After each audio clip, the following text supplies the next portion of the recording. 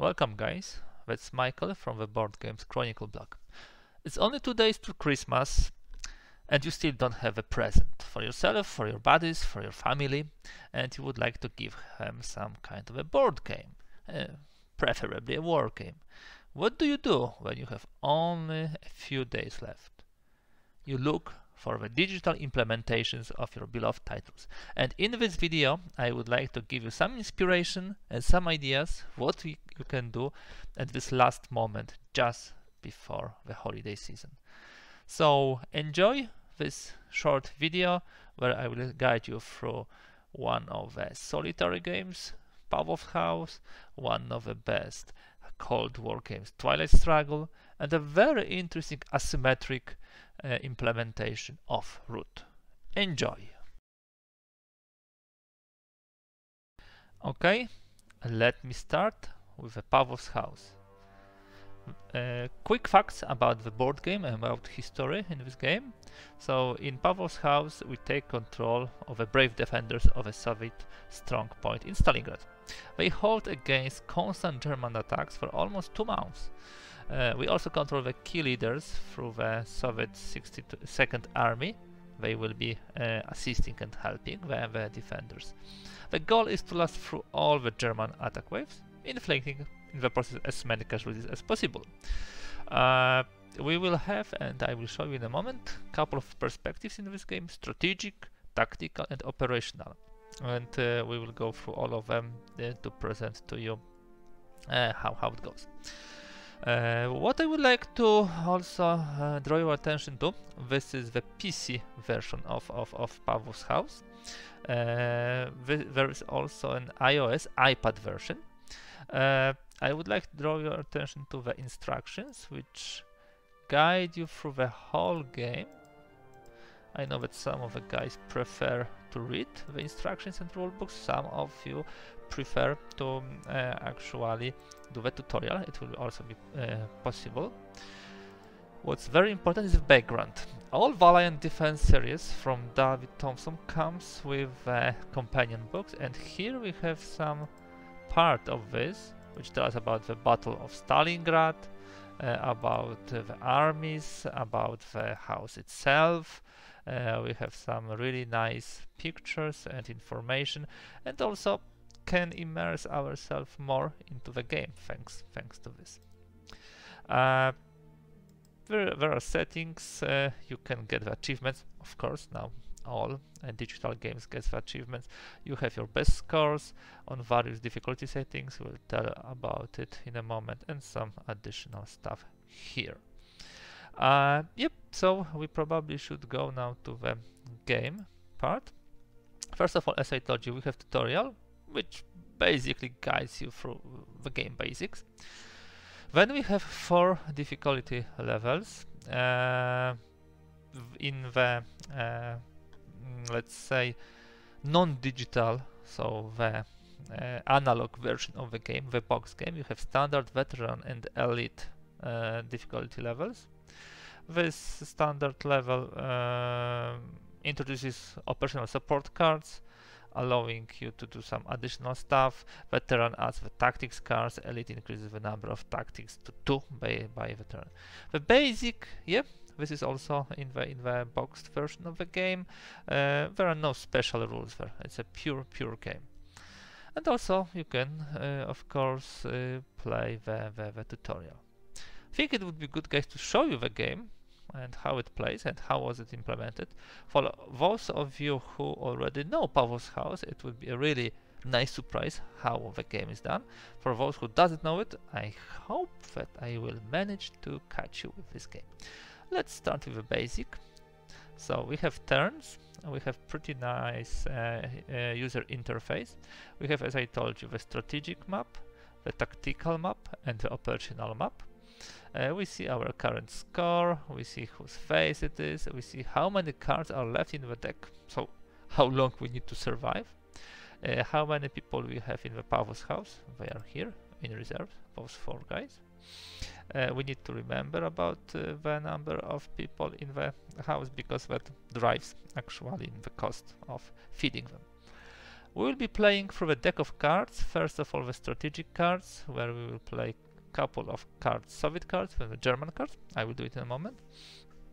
Then we'll be going further to the this tactical phase, and then during operational phase, we'll be able to move and action the troops within the house. I will not go through all the details and rules of a Pavlov's house, because the goal of this video is to familiarize you with a digital implementation rather than the game itself, but still let me comment on some of the things during the presentation. You can zoom on the maps by clicking F1, F2 or F3, or you can reset it. It's really nicely done too.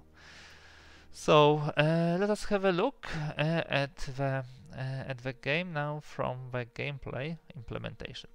We go through the deck of cards. Yeah, we draw 3 cards, 4 cards, and we play 3 cards. What we shall do? We probably would like to have some anti-aircraft things, because without them we'll not be able to repel the German attacks. So let me just do one of them, and the second, just for the presentation. We can recover on reinforce with 13 guard. I don't think we need it. Let's try simply putting some artillery. Probably that's not the best from the strategic perspective, but what I'm trying to show you is how it can be played. Yeah, and then we can ready one more aircraft. Now the Germans play their cards. We have Junkers, so we can use the anti-aircraft units to fire at these incoming bombers. We have 2 of them. Maybe we don't need to use 2 anti-aircrafts. Let's use 1. And we hit 1. Good. Okay. And the second one hit us here. You know this, you probably hear and see this sound effects and how the map moves. I really like it in this game. It's really cool. We continue with Germans and other Junkers, and we will use one more anti-aircraft. We hit one of them. The second will be attacking, and they hit here. The third card is placing the scout. It's being placed on the tactical map. Scout comes here. We rolled 2. Now we go to the third phase. So this is the operational phase. We need to move those guys from the reserves to the house. Let me move one of them here. The other will be moved here, and we also move that guy. I for now do not move Pavlov himself. Now we have action. We can take 3 actions. We'll do the suppress. With the suppression tokens, when we place the enemies here, we can fire at them. We did 2 suppressions on those guys, and I think we can also suppress purple with this. And so the game continues. Now we'll have a turn 2, and at some stages you would have resupply cards within the deck. During resupply you need to feed your people, so every 5 men in Pavlov's house will consume 1 of those. I think that's enough for the presentation. Let me just now sum up, exit the game. So to sum up, I love this game due to many gameplay modes. We are getting all the board game setups: basic, no special rules, operational support, veteran, elite. We have very detailed rules implementation here. No errors, truly no errors, and this is very important. The application is light and fast, both on iPad and on Steam. It's very quickly loads, and there is no problem with this. The interface is pretty functional and intuitive, both here and the main screen, and also in the application. It is of course fantastic board game, very interesting, very replayable, so I encourage you simply to try it. As you can see, the graphical and sound music implementation is also pretty cool. I like especially when German bombers hit our forces or when we try to take them down. That's really interesting. So if you are looking for a good Second World War game, it's definitely a good choice. And with this, I would like also to encourage you to discover other Valiant Defense series titles. We have Pavlov's House, but we have also Castle Eater, we have Soldier in Postman's Uniform, and pretty soon, in January 2022, we'll have Lanzerath Reach hitting the Kickstarter. I will provide links under this video to those titles. Okay, that's enough for Pavlov's House. Let's jump to the second title. We'll go now to the root. Many argue if this fantastic asymmetric game is a true war game or not. I will not go into this discussion here. For me, the important part is that this application is pretty cool and really greatly implemented as a digital, let's say, version of the board game. So what do we have here? Of course, we have tutorial in the root application. We have local play, and we can also use the online play. For all those who love leaderboards and achievements, you can reach them here and check what are the scores. If you have friends, you can only, let's say, select them. Settings are pretty straightforward. As regarding the gameplay, you can have quick battle. That's important because otherwise you have animations which were taking a lot of time, but I would like to show them to you. Some video, audio and skins types. I actually unlocked two, so let me just change them for air. Okay, probably the best way to talk about this game would be to show you how it plays, but before this, couple of words of technical details. This is the PC version again, which I am playing on my Steam account. And there is also the phone tablet version available for iOS through Apple Store. The PC version was implemented first. I think it was a couple of months at least before iOS version, and that is why I got this. But the iOS part is also pretty nicely implemented. Let us now move to the local play. First and foremost, we can play a solo play against AI, or we can play peasant play. I'm not sure if many people still using this mode. It's probably easier to have a couple of computers or laptops in the one room, but still it's possible. And we have challenges, and I love challenges. As you can see, I have already some of them done, completed. They change the setup of the game and the conditions of the game. Like you begin the game with a random dominance card in hand, you can only win using dominance. And your faction will be Aire. Yeah. Difficulty heroic, so very difficult. And we have tons of those challenges. So really that influences the longevity of the game enormously. But let us see the solo play. When we play solo, we can play from 2 to 4 players. Aren't they really cute? Those artificial intelligence guys, I simply love them. We can choose the difficulty. We can select the map, winter map or autumn map. Let's put the winter map. We can also choose which faction we would like to be. Let us be Aire Dynasties, and let me put here a Woodland Alliance. So this is the place where you choose whom you would like to be. When we start the game, you see it loads pretty quickly. Yeah, we are getting the cards. This is the order of the game. One thing, let them set up it. Yeah, my leader, doesn't matter which I choose, it's only demonstration. It will be that leader. Okay. Okay, so our move is first, but before I go to my moves, you can stay in the overview mode.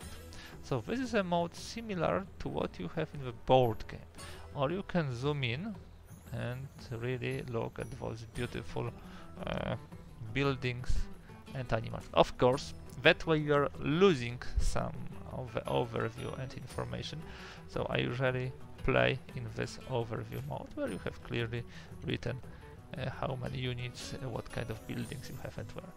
Okay, so we need now to start the game. We start here, so probably would be good to do some movement in order to be able to battle, and we of course move from the yellow. So let me show you. It really nicely marks where you are at this moment. So first we do the recruit, we recruit 2, then we have a move. Yep. Where shall we hit? Most probably here. We will move 4 units. You see, pretty easy to grasp. Already the control of this terrain is on us, and we have a fight in a random clearing. And you see, this is the animated fight. You can switch it off, and I strongly suggest it saves a lot of time. Yeah, so that was our first turn. Then we have a next of a vagabond. Okay, I think that's enough for demonstration. Here we have also the supply, here we have the action log, and we can save and exit here. Fine. So, what can I say about this game and how do I evaluate it? I really like the rules implementation. Again, this is first and most important part. There are no errors, or almost no errors in root. There were some, but they were, let's say, fixed. And it works pretty, this game works pretty well according to rules. Of course, in the challenges mode, you can have some deviations from rules, but they are of course purposeful. Secondly, artificial intelligence. Is it good or not? I would say this is pretty decent. It gives you a really hard time, and it's not easy to beat it. Graphics and music, you can see it. I love those folks playing. I love when you choose the artificial intelligence fighting against you. It's really thematic, and the theme of the game is of course also very interesting. The woodland fight and between those different creatures. Drawbacks? There could be a couple, the battle animations, but they can be switched off now. There was a version where it was not possible, so they fixed it. And clearly seeing all the action, all the buildings on the map. If you play in this mode, in this overview mode, this is fine, but if you zoom in, it's not so easy. This application is slightly more heavy than the Pavlov's house, but still works pretty seamlessly and without any problem. So, should you be considering this game and thinking, shall I get it? Yeah, definitely, that's a good title. With that, let's jump now to the Cold War. Okay, now we go to a GMT game, implemented and developed by Playdeck. I can tell you guys, this cooperation between GMT and Playdeck is bringing so many interesting games, so many good quality digital games. Twilight Struggle will be only one of them. What can I say? I think most of the Wargamers knows exactly what Twilight Struggle is. A struggle between the USSR and USA during 50 years after the World War II. I would like to focus today again on the application itself rather than the game rules, although we will also talk a little about them. So what do we have here? Let me start with the settings. Why? I would like to show you some interesting, let's say, elements of this game, which you might not be aware of. First of all, we have a card gallery. It's very useful when you learn the game and you don't have access to the let's say physical version, to be able to see all those cards which drive a game in early, mid or late war. Let's jump to the late war now, USSR. You can easily scan through them and see what's in front of you. And of course you have original edition, you have collector edition cards. Okay, it's loading. Yeah, collector edition is slightly different. You have some of the promo cards. Not in late war, I think. Yeah, they were in early war. So you have all of them here. This is a cool addition to the basic game, yeah, and the application itself. Of course, we have a rule book which pretty nicely explains the game. We can have achievements. As you can see, I actually got a couple of them in this application. Will not go into the credit. So a cool perks to the main game, card gallery, or those achievements, and rulebook is pretty straightforward. We can play online and offline depending how you like. Offline would be against the AI. Online you can be matched according to your rating with other opponents. Let me just show you the offline version. You have of course the tutorial. It's important, yeah. Some of the guys prefer to read, some of the guys prefer to do the tutorial. When you create the game, we can choose whom we want to be. Let's say that I want to play as USSR. You can also change the handicap. You can add the optional cards. Depending on what expansion you have, you can also add turn 0. There is optional Chinese card rule, and you can also play in the late war. So this is really nice. Now let's see how the game is implemented. So first of all, let's start it. We are getting cards. The interface is pretty how to say intuitive. We have first of all here our part. Here we are Soviets. Here's our part, of course, and the number of cards in hand. We have here also the all the details regarding turns, rounds, DEFCON, the military operations, and so on and so forth. Here we would have the regions. We can easily zoom to them, but we can also zoom out. The game starts, of course, with placing the points by both sides. So we will place, we'll do the usual regular setup, nothing fancy. Yeah, that would be our setup. We confirm it. Now the Americans does their setup also pretty standard. Now we have 2 influence, which we will place in Iraq. You see, it also shows how we are getting the control or presence or dominance of the region. It's really nice. Okay, let's play through a couple of rounds so you can see how the application works.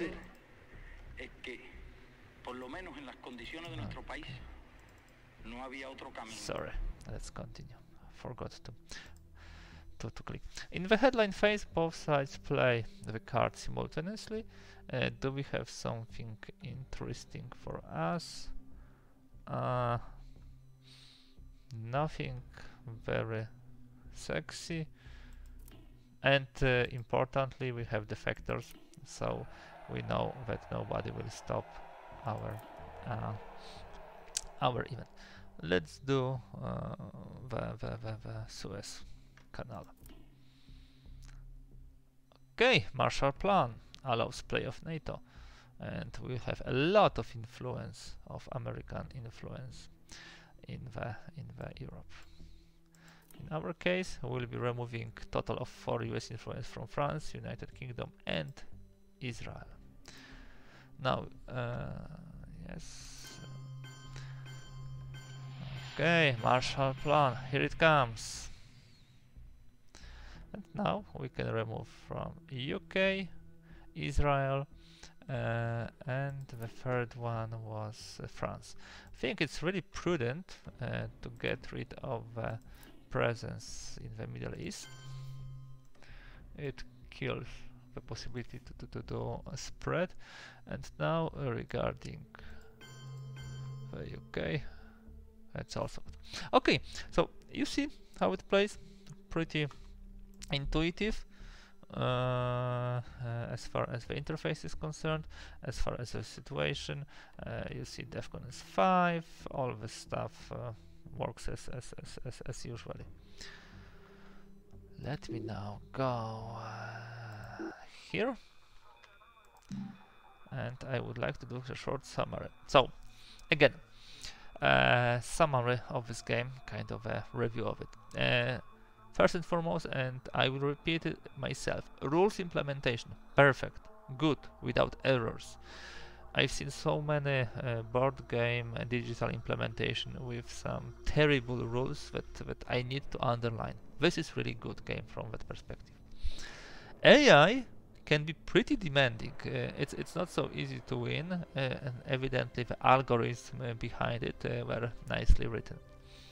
As for the graphics and music, the interface of the game is slightly busy. So on the PC, like here, it was working okay.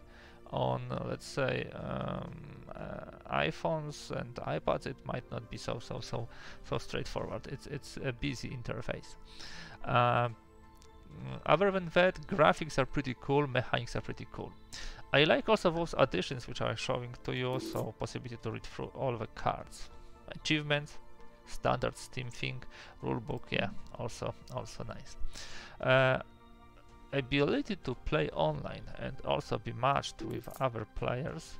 I'm not signed in at this moment in time. Is also cool, and I met a lot of friends, yeah, that way. All in all, this game is pretty well developed. It's a really good port.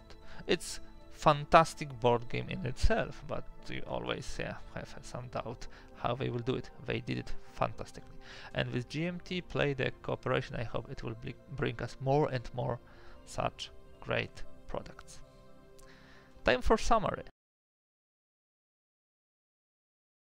So we went through those 3 digital implementation of the board games.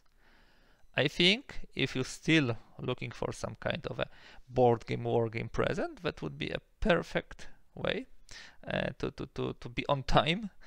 There is not much time. When I'm recording this, it's only 2 days to Christmas.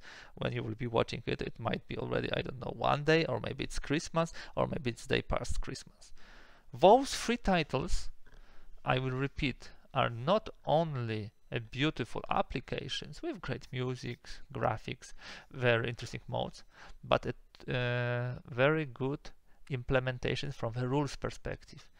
As I told you, this is one of the most important things. The application can be beautiful, but if you have, sorry to say this, stupid AI or inconsistency in rules, it will ruin all the fun. So highly recommended. Get to the Steam, get to the iOS and Apple Store. Some of them are on Android also, and get them for yourself, for your family, for your friends. With this, I would like to wish all my dear blog readers and the YouTube watchers a very merry Christmas and a happy New Year, tons of presents, surprises under the Christmas tree, and long hours of fun with your beloved hobby, our beloved hobby, board games and war games. Thank you for today, and have a great holiday season. Bye for today.